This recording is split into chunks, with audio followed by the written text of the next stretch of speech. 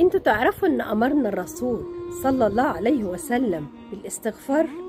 يعني لازم نستغفر رب العباد. استغفروا ربكم انه كان غفارا.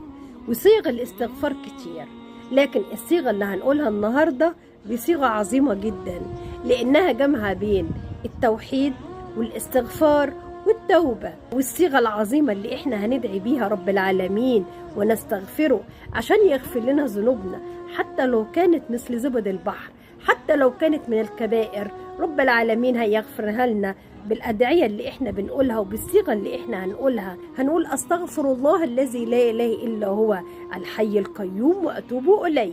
تقولوا في اليوم 70 مرة، 50 مرة، 100 مرة، على قد ما تقدر. لازم كل يوم نستغفر رب العالمين، لازم نستغفر رب العالمين.